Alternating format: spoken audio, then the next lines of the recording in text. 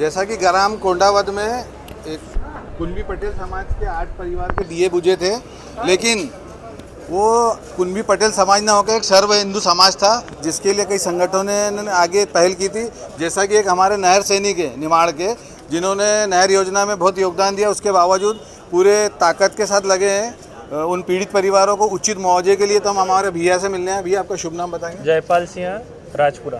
तो आपकी क्या वैसे मैं वर्तमान में करनी सेना परिवार में तहसील अध्यक्ष हूँ, साथ ही एक नहर सैनिक और एक निमाड़ सैनिक हूँ। निमाड़ सैनिक मतलब हमारे पूरे निमाड़ के लिए एक संघर्ष करने के लिए जो टीम बनी है, उसका एक निमाड़ सैनिक भी हूँ। आज हम यहाँ पर उपस्थित हुए हैं कोंडावत में। 8 व्यक्ति एक साथ कुएं में जो मरे थे, तो उस परिवार को आज तक शासन के द्वारा मात्र 4-4 लाख रुपए देकर समझा दिया गया है।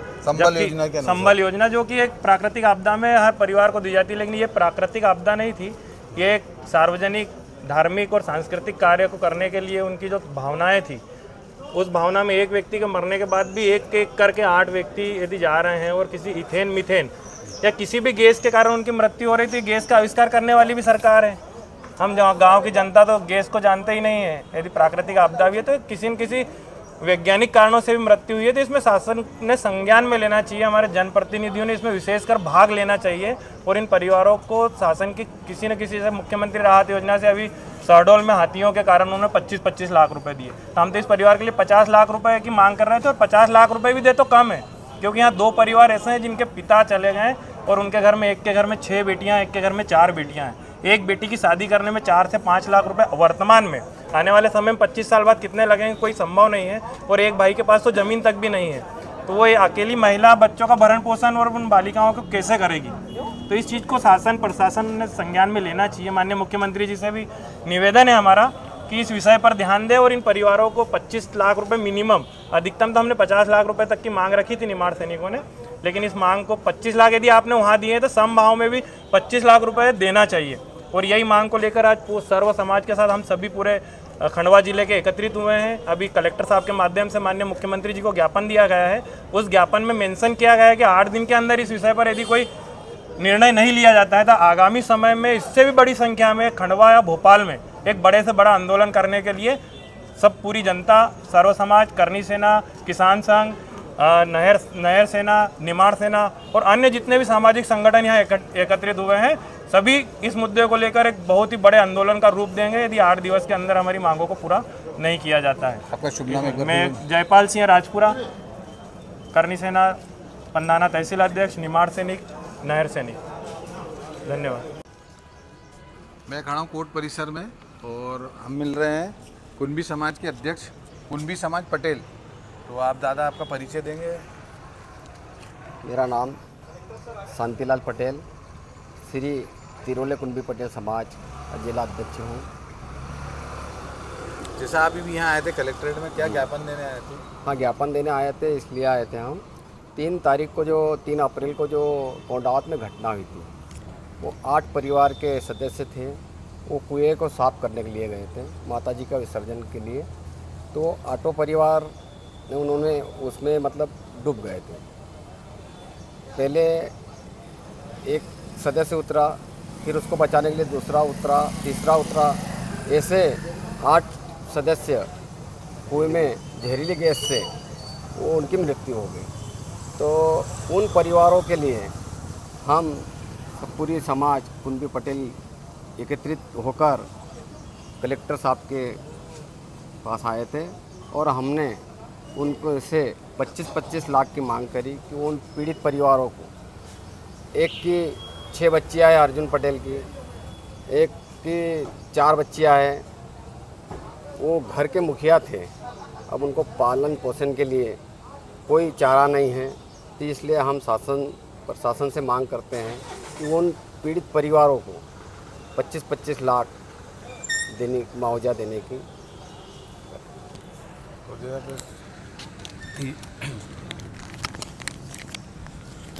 अब जैसा भी नेतृत्व कर रहा था हमारा संजू भैया, तो आपका शुभ नाम बताएंगे और अब जो घटनाक्रम है पूरा, अभी आप आए, क्या बोला कलेक्टर साहब ने? आपका शुभ नाम बताइए पहले। मैं संजू पटेल, सामाजिक कार्यकर्ता हूँ और नेतृत्व सभी का था इसमें, पूरी पटेल समाज का नेतृत्व था, तो मेरे अकेले का नहीं था। अभी जैसे हमने शहडोल की घटना के बारे में सुना, घटना को तो लगभग 1.5 महीना हो चुका था और शासन प्रशासन से मांग सभी लोगों ने की भी थी कि इसको मुआवजा राशि बढ़ाकर मिले। जो 4 लाख की सहायता राशि मिली है ये बहुत कम है, लेकिन मामला कहीं ना कहीं ठंडे बस्ते में जा रहा था। वैसे ही शहडोल की जो घटना सामने दिखी, वहाँ पर मुख्यमंत्री का जो आदेश था कि उन परिवारों को 25-25 लाख रुपए प्रत्येक परिवार को देने के निर्देश जारी हुए। उसके बाद हम सभी एक बार पुनः एक्टिव हुए और सभी ने यही कहा कि यदि वहाँ मिल सकते हैं तो यह घटना तो उससे कई बड़ी है। हम क्यों नहीं शासन प्रशासन से दोबारा मांग करें कि 4 लाख की जो राशि है इसे बढ़ाकर कम से कम 25-25 लाख रुपए प्रत्येक परिवार को दिए, पीड़ित परिवार, पीड़ित परिवार। मतलब आपका कहना है कि एक प्रदेश हाँ, और एक ही नीति होना चाहिए। बिल्कुल बिल्कुल होना चाहिए। ये भेदभाव है और वो तो एक ऐसे कार्य में गए हैं जैसे धर्म का काम था। गणगौर पर्व जो हमारे निमाड़ का सबसे पवित्र महीना, जो कुआं था वो साफ करने का तो दायित्व वहाँ के सरपंच, सचिव या जो प्रशासनिक अधिकारी है उसका दायित्व था, फिर ये लोग क्यों गए? देखिए वो एक गांव का कुआं था, लेकिन वहाँ पर बाहर का रंग रोगन सब हो चुका था। अब न जाने उसमें इतना कचरा होने के बाद उस पर पंचायत या जो भी अमला है उसका ध्यान क्यों नहीं गया, ये बिल्कुल गंभीर सवाल भी है। और उसी कारण वो 8 लोगों के जीवन मतलब सीधा सा फंडा है कि आपको पता है लिपापोती कर दी है बाहर और पैसे निकाल लिए होंगे। हो सकता है, बिल्कुल हो सकता है। तो मैं बोलूँगा कि आपके गांव से कोई युवा अगर आरटीआई लगाए उससे के तहत जानकारी ले जी, तो इसमें भी आपको सहयोग मिल सकता है। बिल्कुल बिल्कुल। सरकार को झुकना पड़ेगा कि गलती उनकी थी और एक्सेप्ट करना पड़ेगा। तो मैं आपसे एक निवेदन करूँगा कि किसी को भी तैयार करके आरटीआई लगाइए। बिल्कुल इस पे भैया कि ये जो योजनाएं चल रही है, अभी बाहर बोर्ड भी लगे हुए बहुत सारे, जल गंगा संवर्धन के। हाँ तो मैं बोल रहा हूँ ऐसी बहुत सारी योजनाएं सरकार दे रही, तो वो पैसा जा कहाँ रहा है? बिल्कुल तो ये तो बिहार और जो पूर्व में बिहार राज्य चलता था, जंगल राज चल रहा है, उस प्रकार का ही हो रहा है। तो हम शासन प्रशासन से निवेदन करेंगे कि उन अधिकारियों को और उन जनप्रतिनिधियों को जो ये घोटाले में संलिप्त हैं उन पर कड़ी से कड़ी कार्रवाई की जाए। और बहुत बहुत धन्यवाद दूंगा, आप लोगों ने दो शब्द दिए ऐसे दुख की घड़ी में भी। और मैं चाहूँगा कि उन दुखद परिवारों को सहयोग राशि प्रदान की जाए सरकार द्वारा, जो उचित मुआवजा जाए। अंत में मेरी बात को विराम दूंगा, बोलने में कुछ भूल चुके माफ़ करना। आपका छोटा भाई बबलू राजानी, जय श्री राधा जी।